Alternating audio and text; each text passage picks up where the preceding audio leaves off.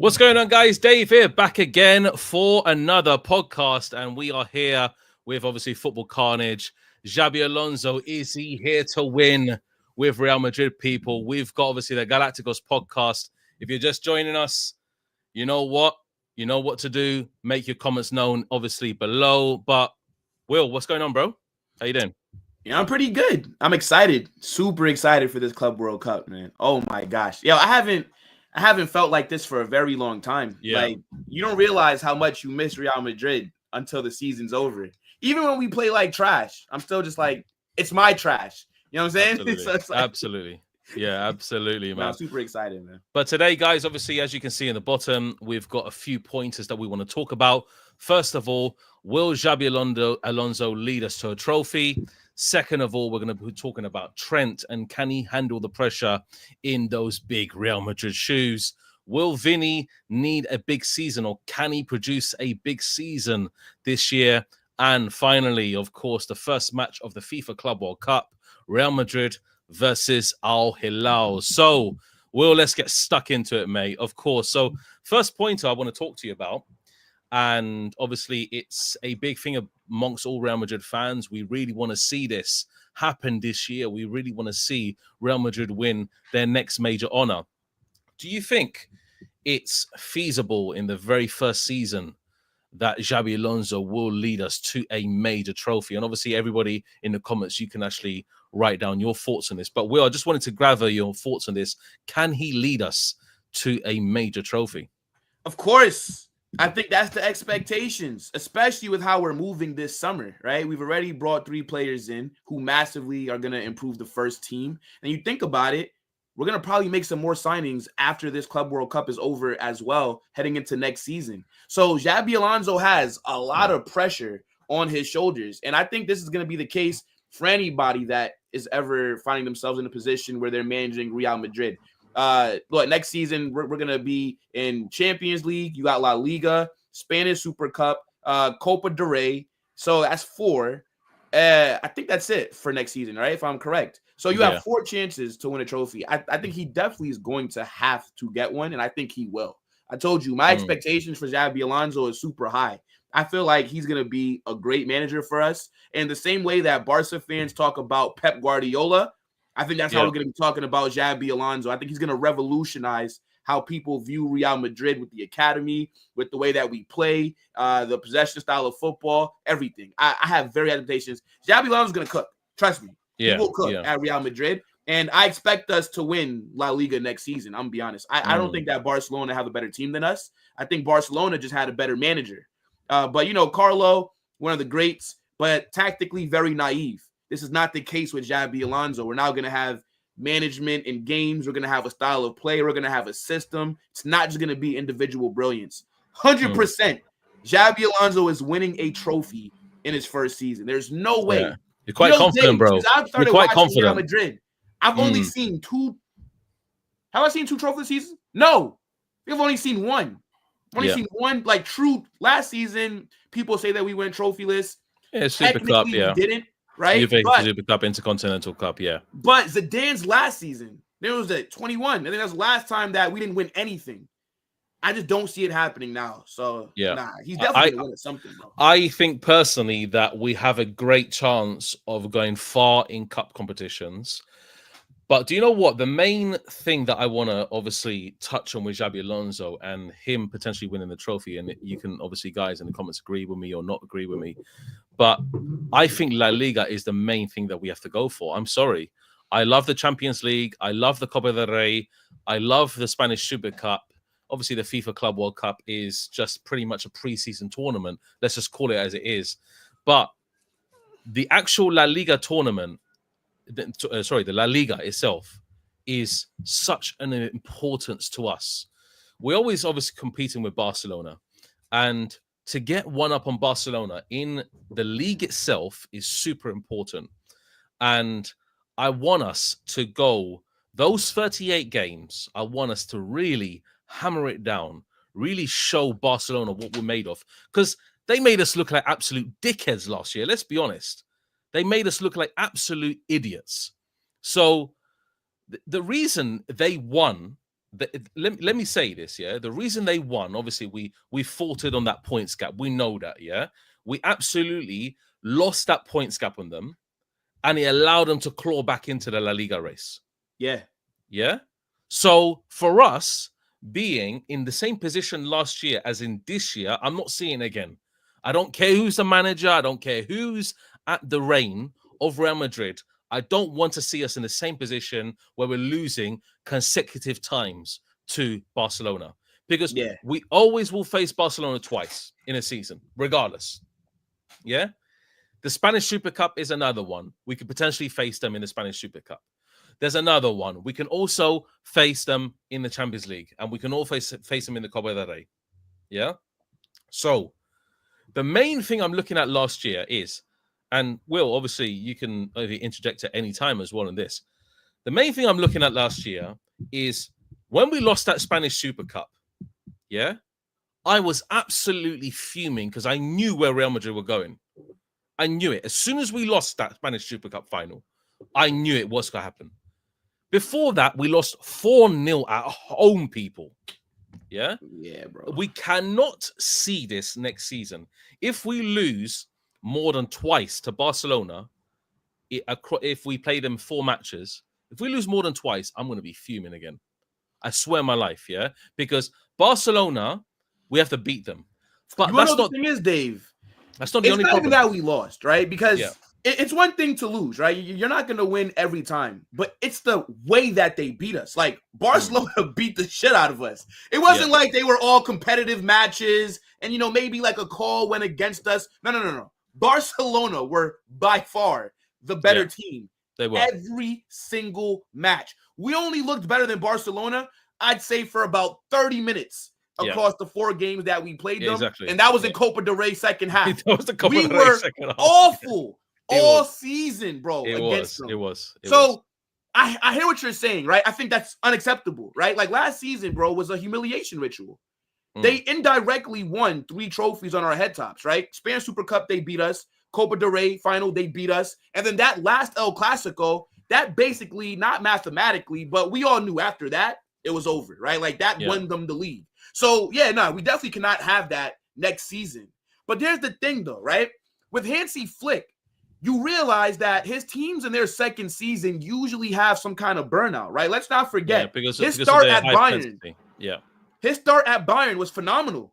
Remember, what did he do? Like the sextuple or something. Yeah. And then he ends up leaving the season after because the players couldn't maintain that. And when I look at Rafinha, when I'm looking at some of the guys that they have like that, where Rafinha had an amazing season, I don't think he's going to do that again. Not that he's a bad player. I just can't see Rafinha putting in that level of GA, right? Lamine Yamal, I think he's going to continue to progress. He's a phenomenal player. Lewandowski's older. I don't even rate him like that anymore. I think he's washed. Their midfield is not impressive to me outside from Pedri, and their back line to me is suspect, right? So I do think that La Liga, 100%, it needs to be one of the main priorities because the league is your bread and butter. This is where you're playing a majority of the season. And so, it's where you gain momentum as well. That's the main thing. 100%. The league is where you gain momentum because as soon as you saw us on that string of games, like Osasuna and all these different things, like I just starting getting angry because it translated to our Champions League also performances as well. So when you're actually in that position and you're having bad situations in the league and you're struggling against teams like Bilbao and you're struggling against teams like Real Betis and you're struggling against teams like Celta Vigo and you're struggling against teams like even Real Sociedad, we struggled kind of last season. Honestly, every game. Honestly, yeah. So these kind of teams that we play and you see Real Sociedad getting smacked up by Manchester United and you're wondering how can we not actually dismantle this team? It makes me wonder where Ancelotti's head was at. So we got Xabi Alonso this time. And the situation with Xabi Alonso is, obviously we know his Leverkusen team and what they did in the very first season. Yeah, I really want to see Real Madrid not replicate it. I want to say the invincible kind of statue or whatever, what they would have had. But what I want to see us is not lose to, like, Barcelona is not the only problem. I said this on many videos, guys. Yeah, I said it on many videos. Barcelona is not the only problem. Drawing twice to Atletico Madrid is also the problem in La Liga. Yeah, we Losing to Real Betis is also the problem in La Liga. Losing to Espanyol is also the problem in La Liga. Valencia. Exactly. Valencia at home. Yeah, at home. At home, bro. At home. At home. Are you man. Hugo Duro dunking on us at the Bernabéu. Mad. Yeah. Mad, yeah? Losing to Bilbao. At Bilbao, yeah? Bilbao, another team that absolutely got dismantled by Manchester United. Exactly, bro. And then it's in mad. That game, bro, for Valverde to be the one to make that mistake as well. I know, exactly. Of all the players, like Valverde is Mr. Reliable. Bro, I remember I had somebody in my chat one time say, sell Valverde. I was like, yo, brother, I would sell your mom into slavery before I sell Valverde. Are you mad? I would sell my Achilles before I sell Valverde. But for him to make that mistake, I couldn't believe it. I was like, bro, what is going on? And what's so crazy about last season in La Liga is that, remember, at the start, by the time we got to October, Dave, everybody said Barca won it.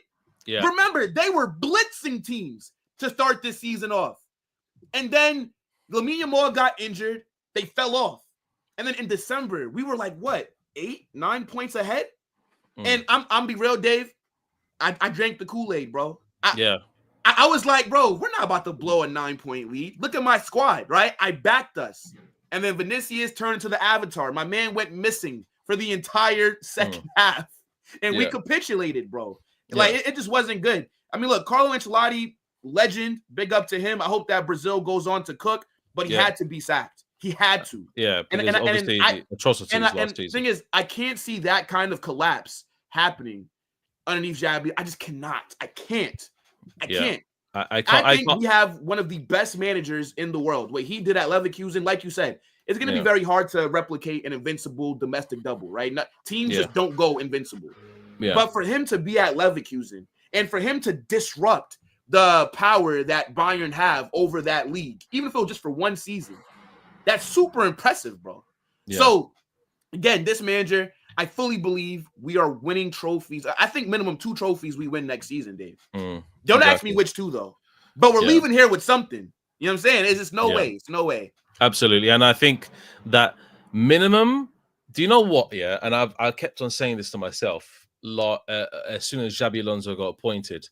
I was looking at Xabi Alonso and I was saying, okay, you minimum have to win one of the major trophies, but I'm not talking about the Copa del Rey here. The Copa del Rey here is fine. Yeah. It needs to be either La Liga or the Champions League. Now, I want to put this question in the chat as well, guys. So please listen to me on this one. And Will, you can obviously answer this after this as well. If Xabi Alonso does not win one single trophy, where are we at as Real Madrid fans? Please let me know, because it's all hypotheticals here. We know it's hypotheticals. But if he does not win one trophy with Real Madrid, are we going to keep probing with Xabi Alonso? Or do you decide, okay, scrap this, we've seen what it is? Or depending on how we're playing football, because you can lose, but you can lose in different ways. Yeah? If we lost and scraped, like, if we just came second behind Barcelona by 1 point, for example, but Real Madrid have been playing the best football all season, we're loving the football, we're loving the style, but we're not winning trophies. What is happening, guys? What do we do as fans? Will, you can answer first. Season trophy list after the season that we just had. Oh my goodness me. Yeah, I'm gonna need context. I'm gonna need context, and it better be in a situation like that, right? Knock on wood. It better be a lot of major injuries. Like, that would be the only way that I can excuse me not winning anything. But it would be unacceptable. It would be viewed as a failure. And his job should definitely be on the line. And depending on next summer, who's available, Jurgen Klopp is saying, yo, I'm ready to come out of retirement. Or somebody of like that ilk. Xabi Alonso goes trophyless. Yeah. I wouldn't be opposed to moving on from him. But yeah, I would just need context though. Like, it would have to be a madness that happened for us to not be winning any silverware next season. There's just no way. I'm looking at it and I'm like, Okay, we haven't even got started with Xabi Alonso yet, and this is all hypotheticals. People don't Mm-hmm. bear me to it, or don't put me on a cross to it, or whatever. Yeah, but it's all hypotheticals. Yeah, because I'm looking, and I've said this before, and you all know in the comments, you've all seen my videos before. I've said it before that I would like to see Alonso in the very first, let's say 15 games, I said, but let's give him half a season, 19 games Okay. in La Liga, see where he is, see what position Real Madrid are in, because what kind of football are we playing, what position we're in, what kind of impact does Xabi Alonso have on players like Vini and Mbappe and all the front line and players like Trent and Huijsen and all the new additions. Let's see how he's integrated the team. Then I can really make an assessment, because Man United fans all know well too well about appointing a manager, yeah, after Ten Hag, Amorim, let's for example, yeah, and seeing them absolutely crumble, yeah, absolutely crumble, yeah, because a manager comes in, he tries to put his own ideology, his own philosophy, yeah. I'm not seeing us drop to like third and fourth. I'm sorry. Yeah, Nah, I'm it can't. sorry. It can't. I'm sorry. I'm not seeing us drop to third, fourth as a Real Madrid fan, regardless of the style of football or whatever, how excited the players. Yeah. So Alonso has the most demanding job in the world. He has the most demanding job, and he's got the biggest egos on a football pitch. So Yeah. he needs to manage that. He's already talked about, oh, no lateness to training, no this. You're not taking your own car. Obviously, that's a Real Madrid thing anyway. Yeah, but the BMWs and stuff. yeah, exactly, Yeah, exactly. You're not taking, yeah, exactly. So everything has to be disciplined with Real Madrid. Yeah. So Trent also is a player that's going to be involved in this. Yeah. And obviously with Trent Alexander-Arnold and being part of this Xabi Alonso regime, kind of this regime change, this whole philosophy change, can he really handle the pressure as well? Because there's a lot of weight on Real Madrid's shoulders this year to win something. And Trent needs to be part of it, because he's going to be one of the main key figures that everybody's looking at. Yeah. Yeah, I mean, but of course Trent can handle the pressure. I mean, let's not act like Liverpool are a small club. It's not like we're signing They're this not. guy from like Real Madrid's a Blackpool different or story, something. bro. Different story, Real No, Madrid. Bro. of course, but you got to think about it, right? The expectations at Liverpool are to win as well. Now, obviously, it's not as emphasized as it is at Real Madrid, but Trent has played and he has delivered in high pressurized situations. And now that he's going to be at Real Madrid, right? He's going to be with a crop of better players. I expect him to elevate. I think Xabi Alonso is going to be able to get the best out of him. I think Xabi Alonso is going to also have a system that covers up his defensive incapabilities, right? Like we know that Trent is considered world class for what he does on the ball, not for what he's doing tracking back, okay? So I think Xabi Alonso is going to patent that up. But of course, I expect Trent to have a very big season. I actually expect Trent to kind of hit the ground running. I think that when you're coming from the Premier League to La Liga, right, it's a much slower league in Spain. It's a lot more technical. You get a little bit more time on the ball. More space, Yeah, more space. I think Trent should thrive. I expect him to be a big piece of our set pieces, right? Corners, free kicks. I expect him to be crucial in all of these phases of the game. And I think he will succeed at the club. I actually think that we're going to see a better version of Trent. I believe the pressure is not going to be too big for him, bro. He knows what he signed up for when he joined. He knows that a lot of people are going to be hate watching. A lot of people want to see him fail, especially at Liverpool. I think he's going to come here and he's going to deliver. I'm telling you, I think Trent will be one of the best fullbacks in the world underneath Xabi Alonso because he's already that right now. I can't see him flopping, bro. Yeah, exactly. And I think Trent, obviously, he's already delivered on the biggest stages. We know that. He's already delivered in league. He's already delivered in the Champions League stage, and I think he can handle the pressure. The only situation I'm worried about is obviously with a new system. He's been playing this high intensity, high press football, and it makes up a lot for his defensive incapabilities, as we keep on talking about. Yeah, obviously on his slot under Jurgen Klopp, he plays this high intensity football. Yeah, will Alonso be the same? Not so much. Leverkusen doesn't really press to the other, obviously, team out of their skins and so forth. But what they do have is structure. Yeah.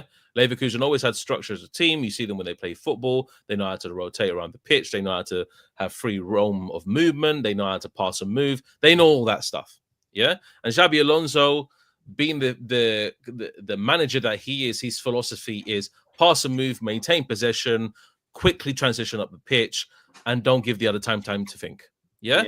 So Trent Alexander-Arnold, he's now going to come into this system, and now he's going to be a brand new player. He's going to be a player that is going to have to be adaptive to another type of system. Yeah. Because he's come from literally the same. Arne Slot is not so as high pressing, intense wise as Jurgen Klopp. We know that. Yeah.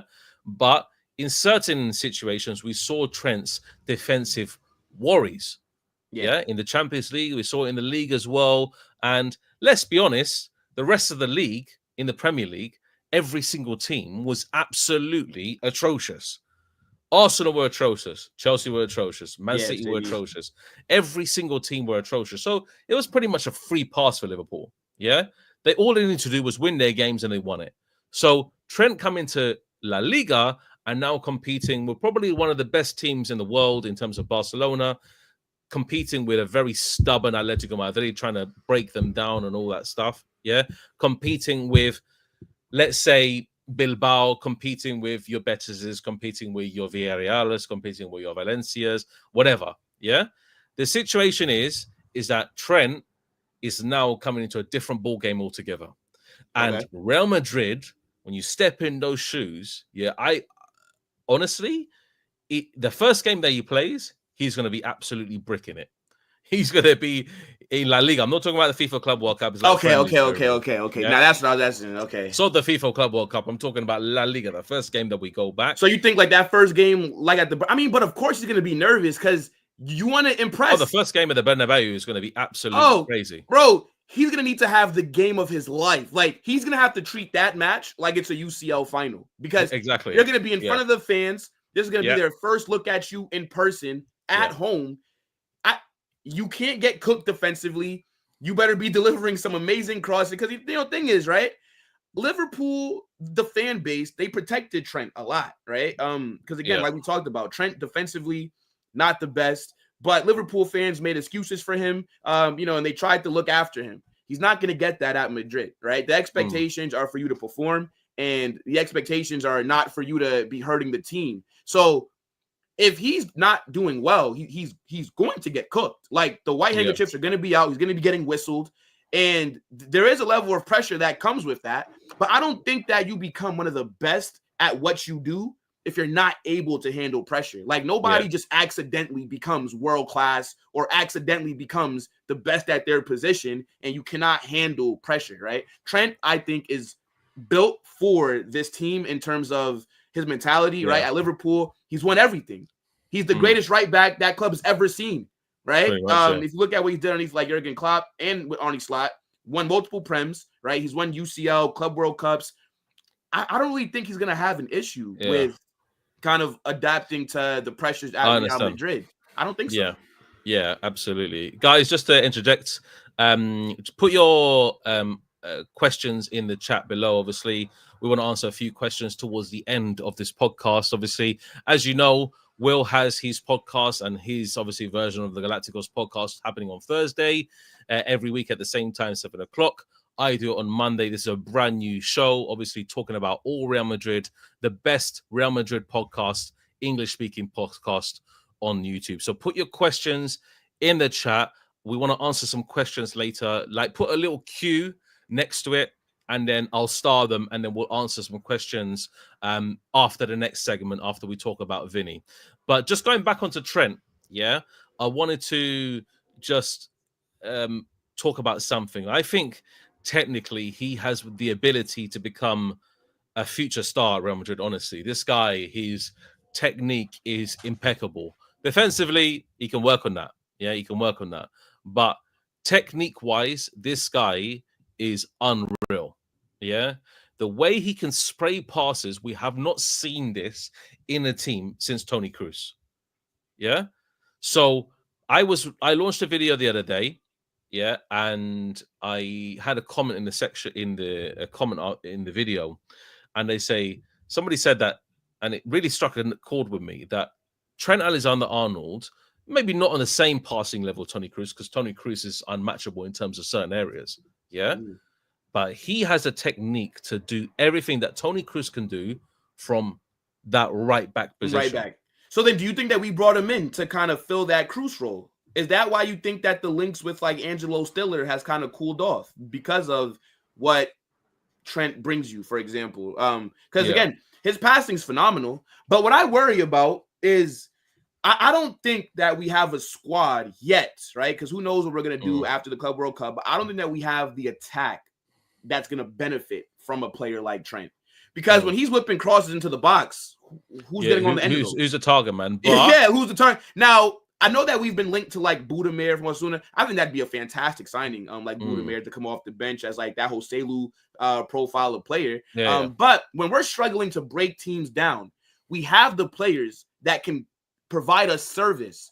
But who's going to be finishing the chances that are getting created? Because you have Trent at right back, amazing passer like we talked about. You also have Dean Huijsen now, who from that center back position, he can break lines with his passes. Same thing with Asensio as well, who we saw in his freaking debut when he, I think it was with Jude. Asensio got his assist like on his debut, like that ball like over the top. So we have the players that can make these kind of passes, but I just think we definitely do need to address some other areas in the attack. But now come on, look, Dave, Trent's the best right back in the world. I mean, for me, well, now that he's at Real Madrid, best right back in the world, okay? If anybody goes and watches my old videos, disregard those takes. It was AI, okay? I was saying that it was Reece James, to be fair, right? I thought Reece James was the best right. But now that Trent's at Madrid, and if he can replicate what he did for Liverpool here, he is the best right back in the world. I don't care if it's bias or whatever. When you do it for us, it hits different. Big up to Reece James. Maybe this would have been him if the guy could stay fit. Reece James sneezes the wrong way and misses 3 months. It's fucking ridiculous. But he is a baller, though, to be fair. But I'm telling you, Trent, to me, he's definitely up there, right? He's top 5 right back in the world. He's going to be just fine. I have no worries about Trent. I think we're going to see an immediate impact. Like in terms of, maybe like the first, I'd say maybe like 4 or 5 games, it might not be like dazzling performances. He'll put in a few passes that make us say wow and things like that. But I think after like the first like 3-4 games, I expect Trent to be flying. As long as he can stay fit, 100%. Absolutely. And I think Trent, to just cover the question, can he under the pressure? I think he can. He just needs to be very wary of each game and how he's going to approach each game as a player.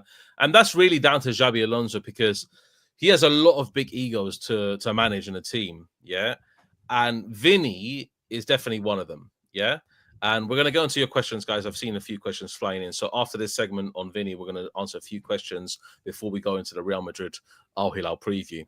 But Vini, obviously, being a massive ego, and probably our biggest ego in the team. Let's just call it as is. He's the biggest ego. He's the one that complains the most. He's the one that has probably the biggest, I want to say the biggest ceiling, because I think Arda Güler has a big ceiling. I think Mbappe has a lot to go for him as well. But Vini has a massive ceiling in terms of what he can achieve as a footballer, in terms of his age, his profile, what he does on the pitch. So I think personally, and I'm just going to make my case on this first, that Vini needs to have the biggest season of his life. Because last season, he may have got the GA that was okay. It was decent. I'm not going to say it was bad. It was horrible. But some performances, guys, and you have to admit on this one, we saw Vini go missing, completely missing, where he did not perform. We didn't know where he was. He was static most of the time. He was trying to do 10 million skills. He was trying to bypass maybe a player and never had accomplished it. So I don't know why. I don't know why Vini had that in him, where one game he was excellent and then one game he was absolutely horrendous and could not do anything on the pitch. But in your opinion, Will, Vini, I'm saying he needs to have. He probably is one of the players that probably has to have the biggest season out of all of them. I mean, 100%. I think the way that he ended last season, unacceptable. To go missing after not winning the Ballon d'Or, you cannot do that, right? A main reason for our lack of success in the second half of the season, in terms of the last 3 trophies, a lot of that is because Vinicius was just not there, right? Like, he was on the pitch, but he might as well have not been. But I do want to say, Dave, something you said. I don't agree that Vinicius has a big ego. I kind of don't like that narrative that gets painted about him. I think because when you look at Vinicius on the pitch, this is a very selfless guy, right? At the beginning of the season, when it was Mbappe dropping stinker after stinker, who was creating all those chances for him to miss? Who was giving up penalties for Mbappe to take? It's Vinicius, right? Who's the guy that when all these players join Real Madrid, they always say you're the first person that ever reached out to them to possibly come and that was encouraging them? Vinicius, right? I don't think he has an ego. I think, people like to run with the narratives because they see clips online of him maybe having a go at fans, having a go at players. But in terms of what he is in the squad, I think he's egoless. I think Vinicius is able to put aside his pride to do what's better for the team. And he proved that with how the first half of the season went when Mbappe came in. Because now you got to remember, Vini goes from being the main man to now having to share that spotlight with Mbappe. And instead of being selfish, not passing to him, not creating chances, he was doing the opposite. Like I said, giving up penalties because remember, Vinicius was the main pen taker. Remember in the early half of the season when Mbappe was just dropping stinkers, but getting GA, scoring some of those pens, Vinicius gave it to him. He didn't have to do that. So I do agree. He does have to have a big season, right? Especially his future. It's not certain. We know that Al Hilal, ironically, they're the team from Saudi that were offering him €1 billion to come play for them. I think if Vinicius goes out there and if he struggles again next summer, there are going to be a lot more rumors about him possibly leaving, right? And we know that Xabi Alonso requires his players to press, to work off the ball. A lot of people don't really know if that's going to work with Mbappe and Vinicius, but I think it will. I think Vinicius will bounce back. I think Vinicius, he is the face of this team. I don't care what star players we bring in. This is Vini's team. I know that Mbappe is a little bit more, you could say, polished, a little bit of a better player. But for me, what I've seen Vinicius develop into, right? Vinicius, remember, Dave, when we bought him, he's 18 years old. His first, 2-3 seasons, Vinicius was shit. I'm going to be real. Vinicius is the player. Benzema got pissed off at him a lot. Benzema got pissed off. He taught me patience because if it was up to me, Vini would be at Manchester United right now or something. He was, and he had a lot of potential, right? Very fast, very had flair. But in the final third, his decision making, oh my days! So now to see him develop from a player that Benzema was saying, brother, he's playing it. Do not pass Vini the ball. He's playing against us, and then. To see him develop into one of the best players in the world, bro, it's been phenomenal. I think Vinicius will be amazing for us next season. I think if Xabi Alonso wants to run him in a 10 with a 3-4-2-1, or if Xabi wants to do a 4-3-3, a 3-4-3, doesn't matter.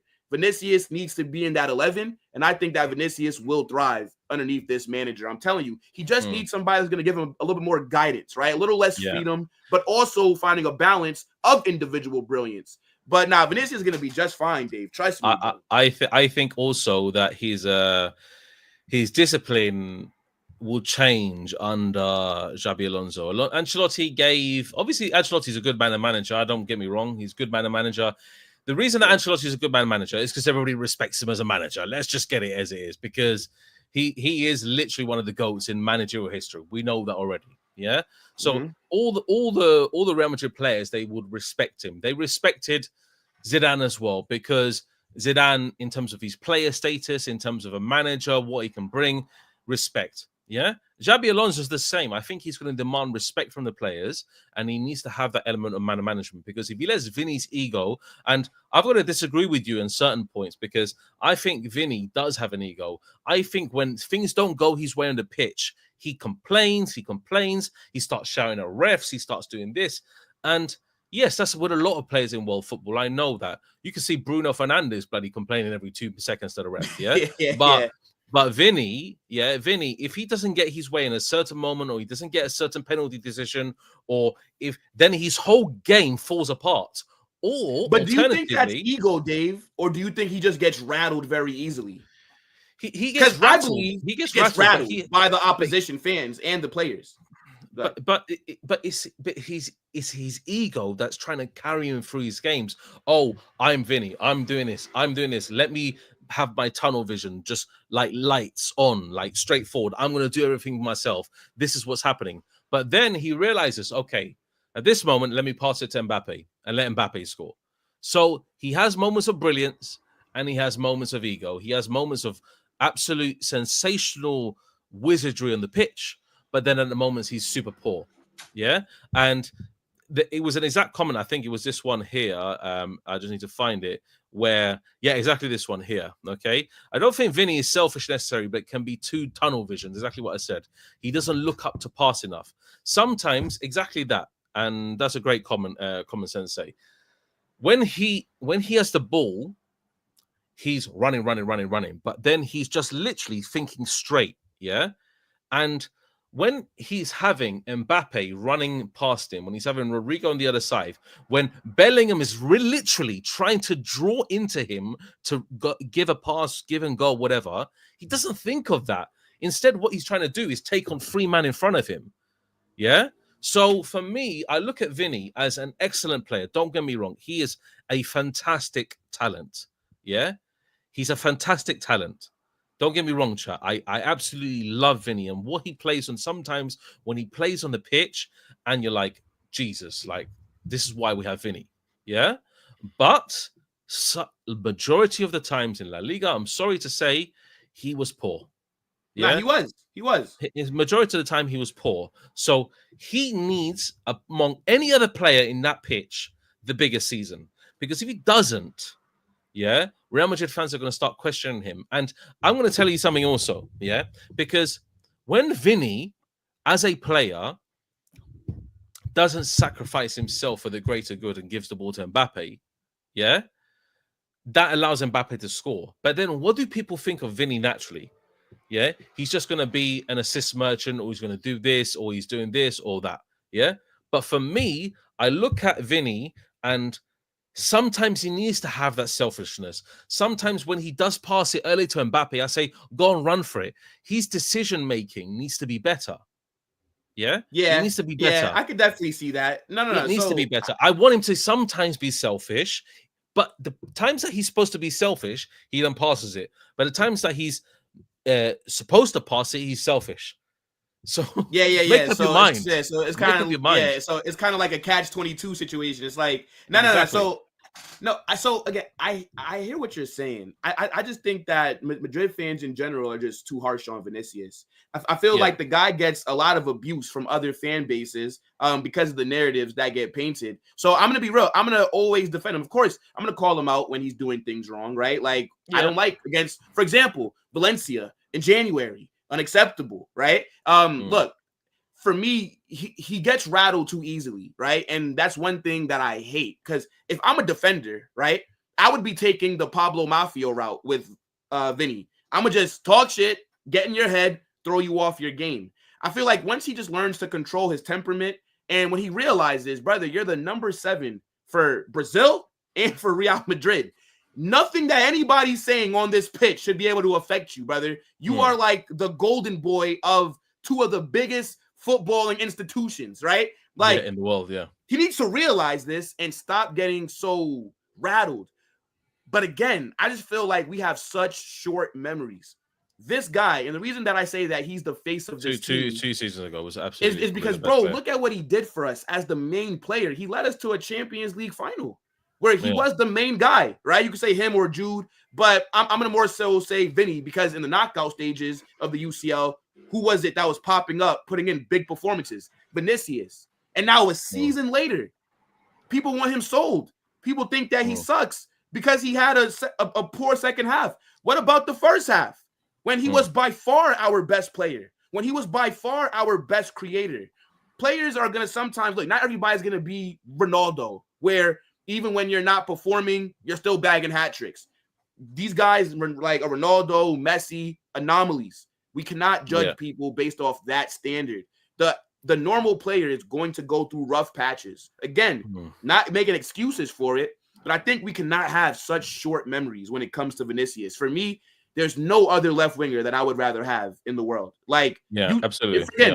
If you sell Vini, maybe you can say, okay, well, then you put Mbappe left wing. Yeah, you put Mbappe, Yeah, okay, now fair enough. But let's say if Mbappe wants to stay in the 9, you sell Vini. Dave, let me ask you a question. Who would you go get that you'd feel comfortable with? What left wing? And Rodrygo, let's say he's gone. So you can't say because then the other easy answer is we'll just put Rodrygo there. So no. I'm saying a player that's not at the club right now. For people that want Vinicius sold, who should Real Madrid go get then? Tell me. Who could do what Vini can for us? Not many players, I'm telling you right now, because there are not many. But I would. Do you know what? In the future, sometime I would love to see Due at this club. I think he's. I really liked him since his time at PSG. No chance, though, Dave. No chance. No, he won't be. No, there's definitely no chance. No, brother. I don't even think that Real Madrid can call PSG. He's a PSG guy through and through, innit? So let's just call it as it is. But I can't, bro. Any of the players, bro. People are Vitinha. Saka's been linked in the past, obviously, to Real Madrid, and that means you could put Rodrygo on the left and you could put Saka on the right. Saka, I tell you what, that Champions League match against us, he was probably their best player. Let's just call it as it is. Across both matches, if you just use it across both matches, he was probably their best player. Like, Saka was unplayable. Like, I don't know how, but he was just unplayable. But yeah, there's so many players, I mean, that you could put on in the wings. But Vini's our guy, mate. Vini's our guy. Everybody knows him. He is a Real Madrid player. Yeah, so I don't know. We just need to see if he can have a big season. Guys, we're going to go to a few questions before we do the Real Madrid Al Hilal preview. Okay? Yeah. So first thing first, it's a pretty self-explanatory question, obviously, but I'll pose it to you, and obviously I'll have my thoughts on it. What do you actually think of Dean Huijsen? Phenomenal player. The best young center back in the world. The guy was at Bournemouth, gets into the Spain national team. No? Huh? No Kubasi, no. No. Fuck Kubasi, bro. This guy came from Bournemouth. Dave, repeat this. A Bournemouth center back, technically, because he didn't earn the Spain call up through us. It's for what he did at Bournemouth. Yeah, exactly. And he Kubarsi. This man Ariola's a good manager, though. He's a good manager. Ariola. Yo, this guy had Kubarsi peeling oranges and getting water ready for my center back. Dean Huijsen, bro, Huijsen, I don't give a shit. This guy is the future of my defense and Spain's defense. Modern day center back, is good with the ball, both feet, passing, 1v1, aerial threat as well. Nah, man, sky's the limit. He's gonna absolutely cook. Absolutely, and I can just second that as well. I think he is going to be a sensational addition to Real Madrid, and we were in the talks. Obviously, everybody suddenly forgot about Saliba as soon as Huijsen came to Real Madrid because Saliba's there. No, not me. No, I haven't. No, we haven't forgotten. We did forget slightly. We did ever so slightly. If Saliba ever came to Real Madrid, we would probably have the best centre back pairing in the world. Let's just call it as it is. It is just going to be like that, yeah. Or the best centre back trio in the world. If Xabi Alonso likes to go on a three at the back, probably with Rudiger. But they're in talks. Obviously, are saying that Huijsen is going to be replacing Asensio instead, because I think Carvajal is back August the 1st. I think. Well, Carvajal is in the squad for the Club World Cup. So he is, but he's back playing completely. I think August. Yeah, but that's what they say. He's in the squad, but maybe he'll have a few cameo appearances. So you think that it'll be so? Hypothetically, if it's a back three, right? And let's say just because we were talking about Saliba, say if Saliba comes in, you think it'd be Huijsen, Saliba, Rudiger? Because I think Asensio needs to start. Asensio was our best defender last season. Yeah, absolutely. I don't want to see him get dropped. I mean, look, Rudiger's my guy, but I think he has to earn his way back into the 11. And I know that he's coming off the injury, so he's not going to be 100%. I think Huijsen and Asensio will be the center back pairing that we see early on. Yeah, absolutely. And that's a good way to segue on, obviously, to the Club World Cup. What do you think about the Club World Cup rule where you have to bring your best squad? I never heard of it. What you have to mean bring your best squad? Oh, people have to play their best squad. I don't believe it. I mean, well, teams are going to do that anyways. Like, why are people acting like the Club World Cup is a is a preseason Is friendly. it dead? Is it dead? Yeah, it's dead. This is a major tournament. Like, do people not? Dave, let me ask you a question. Because I've said this on my channel a couple of times. I believe that in the next 30 to 40 years, right, the Club World Cup will be the biggest trophy that one team. Well, the prize money's big. Let me tell you that. And the prize. No, but forget the prize money. I'm talking about the trophy itself. I think because of the new format, right, of every 4 years, not every winter, every 4 years, it will eventually surpass the UCL. Because, right, every season somebody will win the UCL. It's inevitable. But now with the Club World Cup new format, every 4 years, you only have in a decade 2 chances to win this trophy. The only problem about this tournament is basically a UCL team that's going to win it every single time. I mean, that's what's going to happen. The same thing like with the old format. I mean, yeah, you had like some of like the Brazilian teams that did a madness and won it. But the European teams that are once you do a global tournament where you're getting teams from America, Asia, Africa, Europe have the best teams. They have the most money. They have the best players. That's just how it is. And people, they try and talk shit about the tournament because, for example, Bayern, they absolutely violated Auckland like 10-0. But the Champions League is the same thing. There's teams who are there to just make up the numbers, who are never going to win it. So I don't really see the problem, bro. I'm telling you, I bet when the Champions League first started back in the 50s, there were people who back then said, I don't care about the Champions League. Let's focus on La Liga or the English first. Like, who cares about that? Let's focus on. I'm telling you, people always try and downplay something when it first starts. Like that's just how it always is. Absolutely, yeah. We're going to go to the next one from Kevin Garcia. Do you think that Xabi will play a PSG type of style of play? Since PSG doesn't really have egos, they'll play fluent, obviously, in possession-based style. We know that with the fullbacks going forward a lot. That's absolutely true. We know, obviously, Nuno Mendes and what he brings to the team as well in terms of how he overlaps. And it's absolutely crazy with Doué and Vitinha. They have such a fluid style of play under Luis Enrique. But for me, I personally don't think Xabi will play that style of football. Yes, we will have some element of fluidity, but Xabi Alonso, if you watch his Leverkusen team also, they have a very good structure. They have very good rhythm of play. And what they like to do is be very rigid at times defensively. You see, PSG, the main fault that I can see of them is that defensively, sometimes they let their guard down. There were many instances 15 minutes into that game, Arsenal versus PSG, where Arsenal could have had a lot of goals, by the way. They could have scored a lot of goals against PSG in that very first 15 minutes in Paris. I watched that game. I was surprised that Arsenal weren't 3-4-0 up. I'm telling you right now, they had so many chances to score. But the problem is because you give PSG an opportunity and they're absolute killers up front. You see? So we need to get back to that. We can't just have Mbappe. And this just goes back to our previous point. Vinny needs to have a big season. We need to have Vinny firing. We need to have Mbappe firing. We need to have Bellingham firing like he used to as well. I know he's going to be in a deeper role with Xabi Alonso. That's probably the case. But I would love to see him overlap because, let's be honest, he's probably the only aerial threat that we have up front. So who's Trent crossing the ball into? You know what I mean? If he's not the one that's overlapping. So we're gonna have to see on that one. But what do you think on obviously Xabi Alonso's and obviously PSG? Like the speed. I mean, so I do agree with what you're saying. I think that we'll see like a knockoff version of like the PSG style of football, but we can't do exactly what they do because we don't have the technical ability that squad does. Like, bro, every single player in their 11 is phenomenal on the ball. We don't have that. Our midfield is more so engines, where PSG's midfield, right? You got Vitinha, Fabian Ruiz, João Neves, bro, on the ball, you can't get it off of them. And their front three. You know what's funny about PSG, bro? Their front three is filled with left wingers as well. Left and right wingers, no striker. Exactly.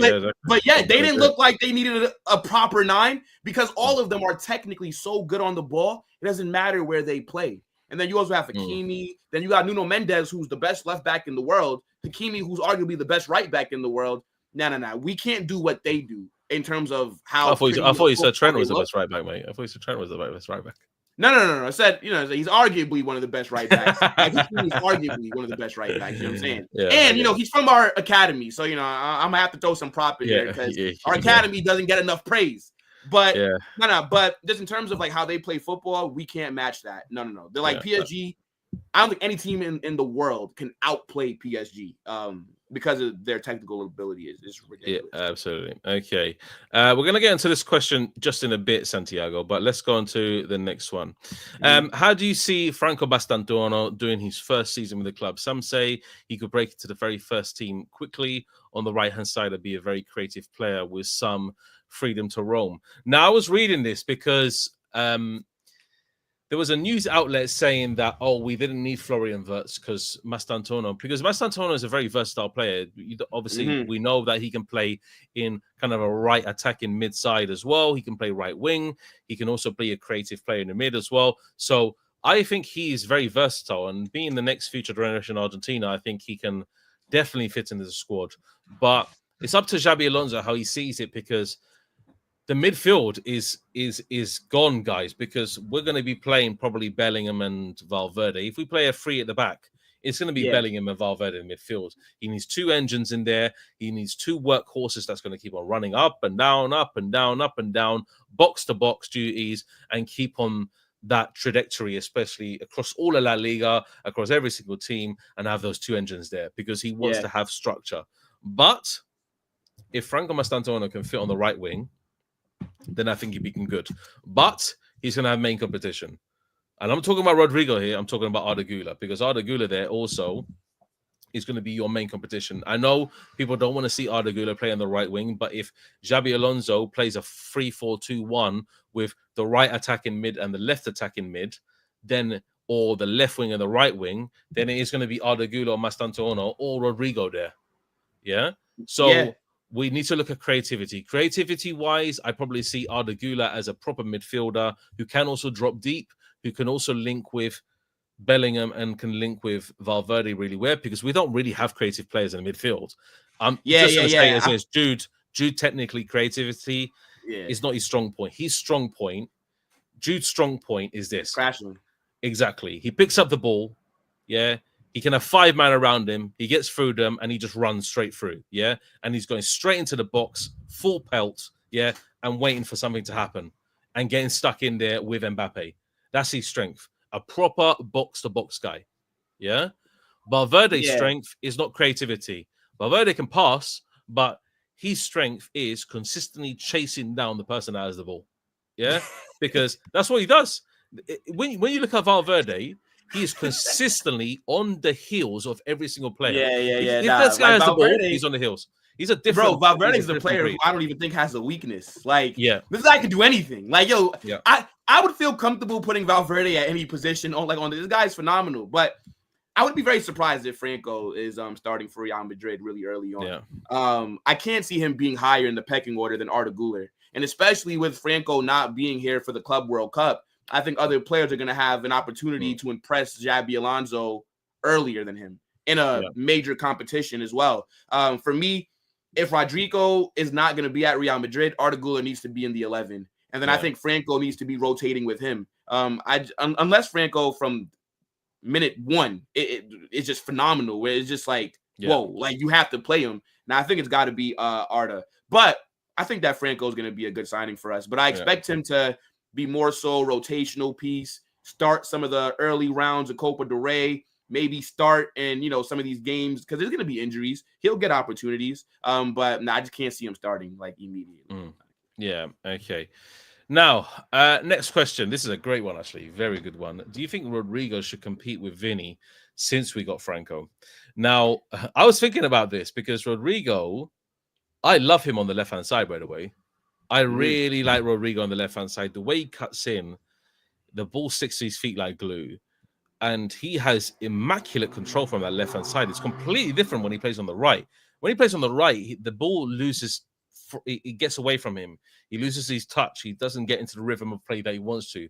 But on the left-hand side, guys, and you can comment down below also on this one, do you agree on this comment? I think it's great. I think Rodrygo should compete with Vini. I think Vini should be fighting for his place on the left wing.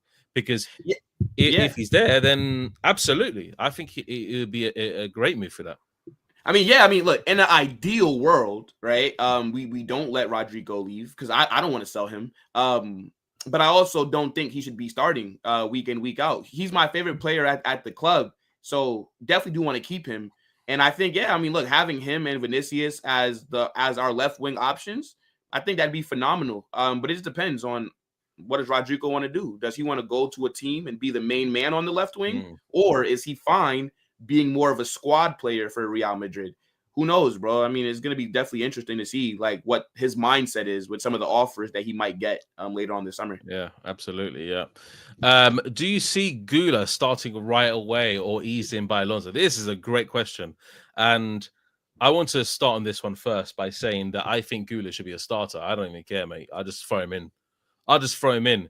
Because if we need at least one really good, technically gifted player that can be really good on the ball, really precise with his passing. We need at least one of them. Yeah.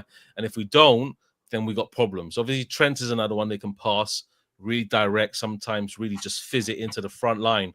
But I look at Arda Güler on the front end of the pitch as somebody who needs to be that guy, who needs to be a player that is responsible for making those cute passes. I'm going to compare it to Pedri, for example. When Pedri makes a pass that you don't even see coming, that's the kind of that play that I want to see, you know? So with Arda Güler, he needs to be that kind of guy, yeah, where he's on the edge of the box and he just sees a run out of nowhere and picks out a pass, yeah? Because he has the ability to do so. Same as Pedri, same as Yamal has the ability to do so. But the situation is that Arda Güler is our probably, let's just call it as it is, probably our best direct passer, if you would call it that, as a term in terms of wording I'm using. Direct passer meaning picking up the ball and passing it forwards, not passing it backwards, not passing it sideways, backwards. None of that, yeah? We want to see forward passing. And if he's going to be in the pitch, he has to be on the pitch, yeah? So do you think he's going to be eased in, or do you think he's going to be, is just going to be a sure starter?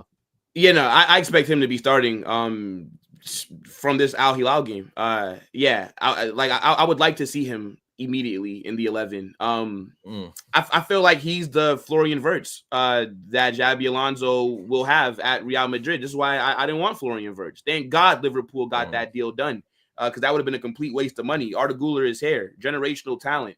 I believe he's going to be very crucial, and he's not going to get wasted like how he did underneath Carlo. So I think he starts like right away. Absolutely, yeah. Okay. So what do you think actually Alonso's plan for Rodrygo is? Obviously, his talk for Arsenal still going on. I saw him get off the bus, obviously, for the FIFA Club World Cup. He looked happy enough. His face wasn't showing too much emotion. So he's in training. I have no idea, Dave. I'm going to be real. I have no idea. Because nobody knows what he will do throughout this. This tournament will tell us whether Rodrygo stays or leaves, by the way.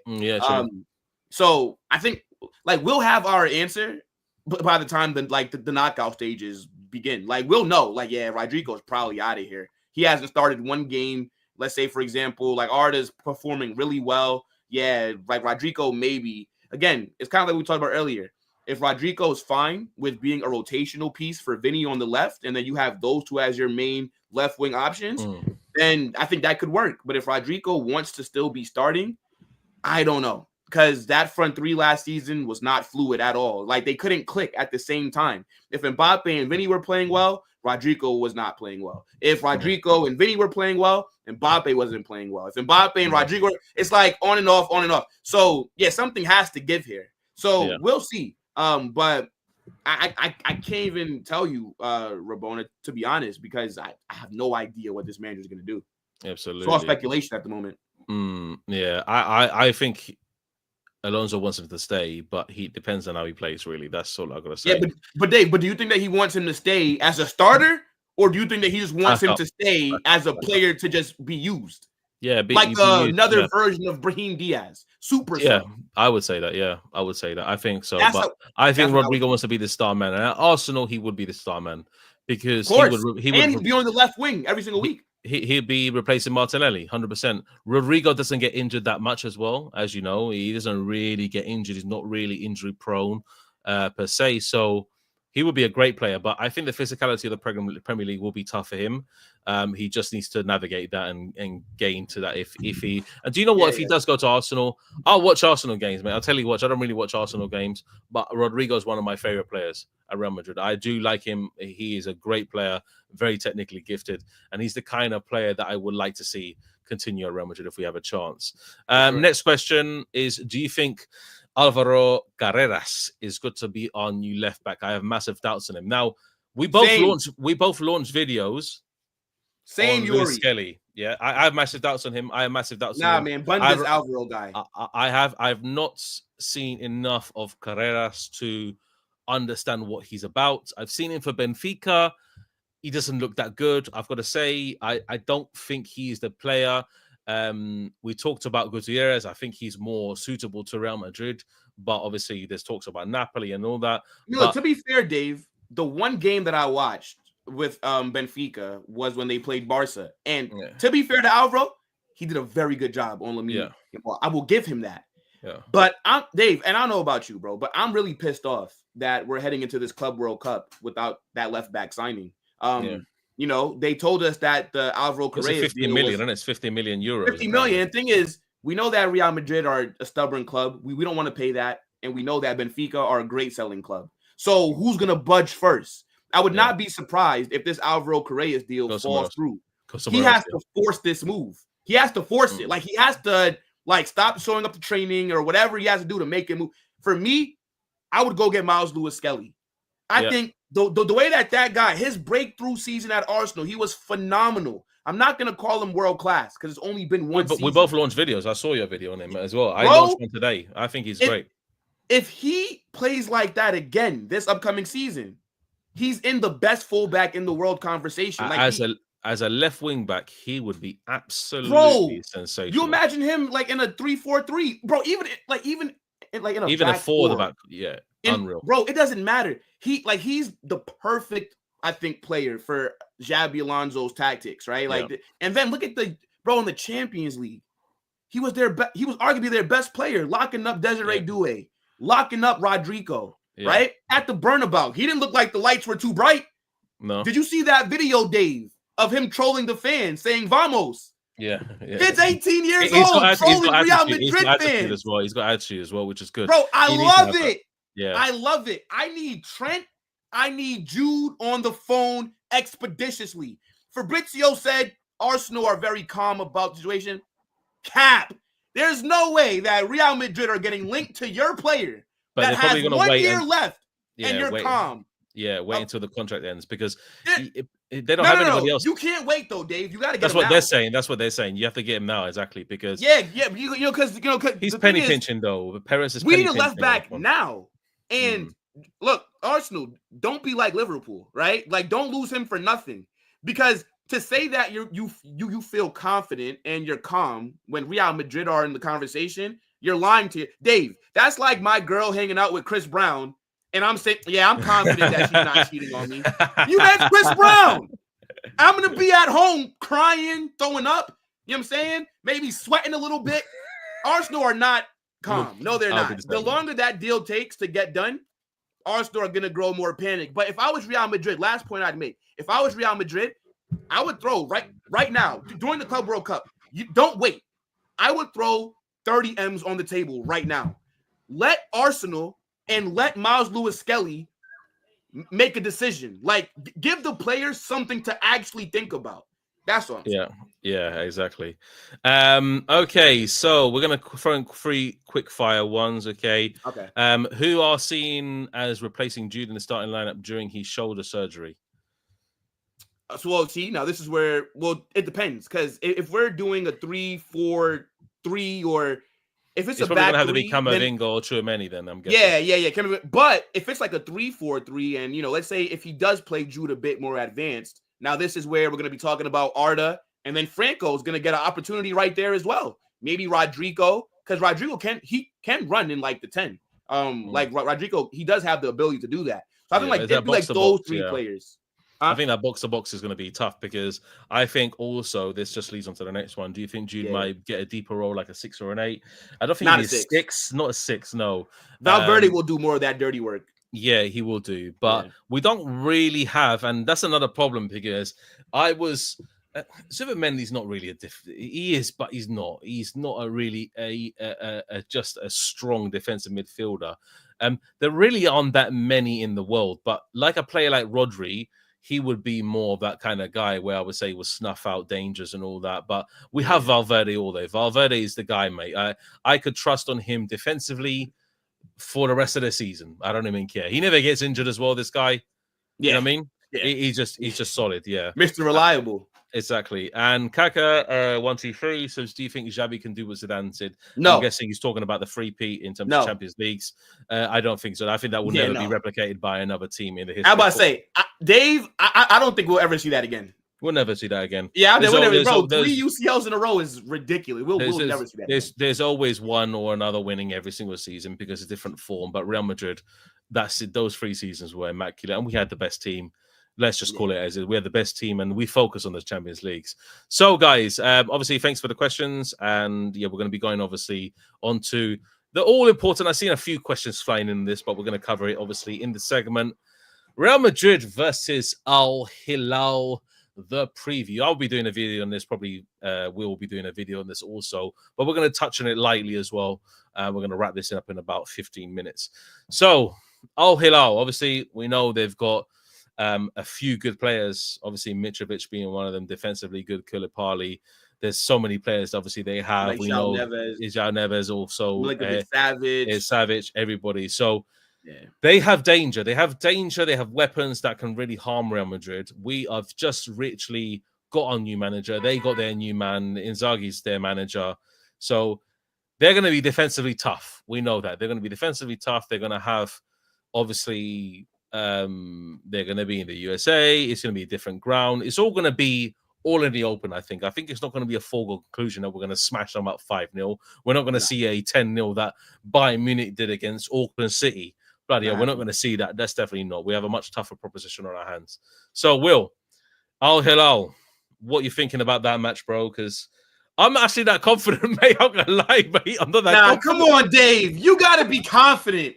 Hey, look, no disrespect to Al Hilal, right? They have a very good team. First match on the thing. That's why. Yeah. I mean, look, people have told me that, and big up to my guys there, because he's from Saudi, and he's an Al Hilal fan. Yeah. He told me that they're the equivalent of Real Madrid in that continent. Like they dominate. Like that's the team there.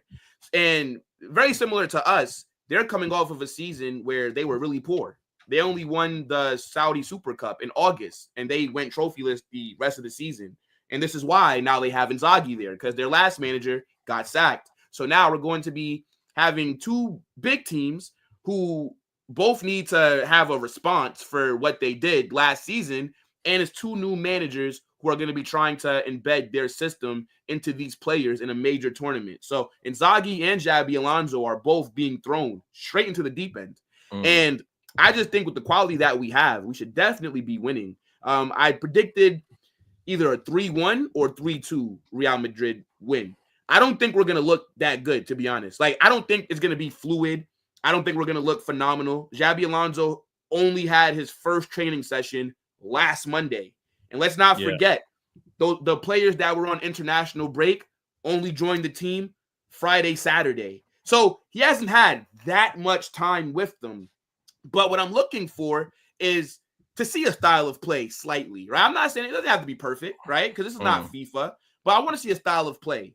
I want to see what we've been working on during training, right? I don't want to see us watching Vinicius try and dribble around 5 players, then give it to Mbappe. He tried to dribble around 5 players. I want to see pressing off the ball. I think we should be beating them, right? They do have a good team, like we talked about, like Mitrovic, Savic, Ruben Neves. They have Malcolm. Remember Malcolm from Barcelona? He's there. They also have João Cancelo, Renan Lodi, Koulibaly. They have talent, but they should not be able to look better than us, and they should not be able to beat us under any circumstances. I fully expect us to collect the 3 points in our first group game. And I'm super excited, bro. Like, the Xabi era is here, Dave. It's a new era, bro. Oh my days. Yeah. Oh my God! Yeah, no. We're winning that game. We're Yeah, winning. I feel my confidence has raised a bit since you started talking, mate. Yeah, So come it's on, all dude. good. Come on, bro. It's all good, but we're trusting Real Madrid. We have faith in Real Madrid, people. We have faith. Come But on, people. I think it's gonna be tougher than I expect. I think their quality on the pitch obviously says it for itself. Obviously, they do play in the Saudi League, which I have watched in the past, and I've watched a few games, and doesn't really blow me away with obviously the most amazing technique as possible. But what he does have is excitement, and I think it's going to be an exciting match. I think both teams are going to be all out attack. I don't think it's going to be an Inzaghi defensive masterclass. I don't think it's going to be like that at all. I think we're gonna see both teams go for it and both teams go for the win. I expect nothing less than a 3-0 win to Real Madrid. I'm sorry, folks, but I expect nothing less. Yeah, that's what I want. I want a 3-0. Even if a 2-0, then I'll say it's a nice, comfortable win. But I We'll think concede. Eh? We will concede. I don't know. I'm not sure about. Because I don't know how good. Okay, so the thing is, I'm not sure how much better we've gotten from defending set pieces. Like in this week, we are awful, brother. Yeah. I would score a header against Real Madrid. Now I know that Dean Howson's there, right? Maybe that like maybe having him there is gonna greatly improve how we look from defending corners, crosses, set pieces. But I don't know if Xabi Alonso is a miracle worker in only a week. I think that we'll concede a goal. Like I can't see us keeping a clean sheet. Nah. Yeah, it's depending really. It's depending on how on what's happening, obviously, with this match and how the game flows from the first minute to the 90th. Because I can see Real Madrid starting slow. I'm not going to be honest. It's a new manager. It's obviously new tactics, new philosophy, new creativity, whatever they want to try and do on the pitch. I just want to see us be as fluid as we can. If you can agree with me, guys, obviously in the comments, that's what I want to see. I want to see the team being fluid. I don't want to see them being as rigid as they were under Ancelotti. Mm-hmm. If I start seeing the sideways, backwards, I'm going to lose it. Yeah, but I'll give obviously Alonso time to implement what he wants to do and his philosophy. But I still say a 3-0. I'm guaranteeing a 3-0 here because 3-0, I think right. I think Real Madrid, I think Mbappe, obviously, do you know what? Mbappe was the only player against Spain that actually looked kind of like he wanted something, he wanted his desire. Mbappe stepped up in all of our big games this season. I know, exactly. Aside from the first El Clasico.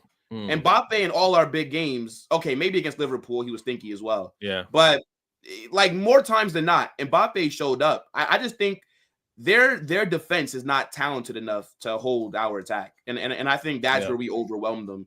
Because, they have the big names, right? You guys all remember, like, Lodi from Atleti, right? We all remember João Cancelo, right? Juve, Man City, Barcelona. Both those guys can't really defend, right? Like, they're more so going forward kind of wing backs. I expect us to take advantage. And Koulibaly's washed, right? Like the guy is like, 35? Last time we saw him in Europe, he was at Chelsea struggling. Yeah. I expect us to be able to overwhelm them in the attack. Yeah, absolutely, yeah. And it's actually a good segue to end on this comment, actually. And Lucas just says, I don't understand people who think we will look bad. There's no fluidity in Ancelotti's game, 0. And I agree. I think Ancelotti's game, he's very rigid. Whatever tactics Alonso has trained into the players are probably 100 times more sophisticated and effective. And that's absolutely the truth. Yeah, but the thing is, though, Lucas, it's kind of like what I alluded to earlier. Xabi's only had literally 6-7 days of training these players. And a majority of these players didn't come back until Friday or Saturday because they were on national team duty. So, again, I don't expect us to look like phenomenal. Don't expect us to play like this amazing style of football right away. Nah. Come on, bro. Like, it's real life, But, again, we have to see the signs of a system. Yeah, absolutely.